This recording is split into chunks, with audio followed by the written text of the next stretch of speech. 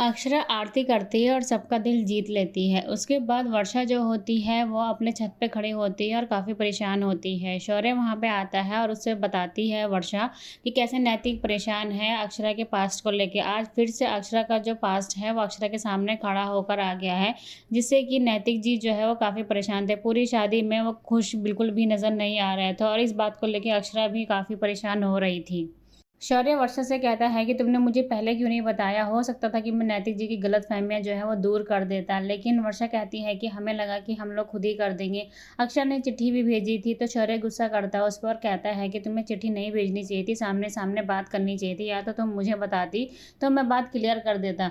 वहीं दूसरी तरफ जब अक्षरा को उसे कमरे में लेके जाया जाता है तो नैतिक को बाहर ही रोक दिया जाता है और कहा जाता है कि उसे शाम तक यानी कि रात तक होने का इंतज़ार करना होगा। उसके बाद ही वो अपने कमरे में आ सकता है। रश्मि और नंदिनी उसको रोक लेती है और उससे नेक भी माँगती हैं। अक्षरा फिर अपने कमरे में आती है और सभी लोग कहते हैं कि ये है तुम्हारा कमरा। उसके बाद नैतिक फिर आता है और कहता है कि माँ, कम से कम मुझे मेरे कपड़े तो दे दीजिए, मैं बदल देता हूँ, क्योंकि इन कपड़ों में मुझे बहुत भारी-भारी, बहुत थकान महसूस हो रही है। उसके बाद गायत्री कहती है कि ठीक है, मैं कपड़े लेकर आती हूँ। भाभी माँ कहती है कि अक्षरा को ही नैतिक के कपड़े निकालने दो, क्योंकि कल से उसको ही इसके कपड़े निकालने हैं।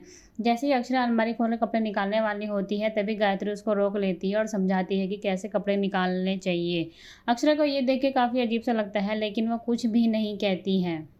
वहीं दूसरी तरफ मोहित, ऋतुराज, नैतिक और बाकी घर वाले जो होते हैं वो गेम खेलते हैं और नैतिक को जो अक्षरा की चिट्ठी होती है वो अभी तक भी नहीं मिलती है। नैतिक के सामने कई बार चिट्ठी आती है, लेकिन वह उसको पढ़ते-पढ़ते छोड़ देता है, यानी कि वो उसे नहीं पढ़ता है।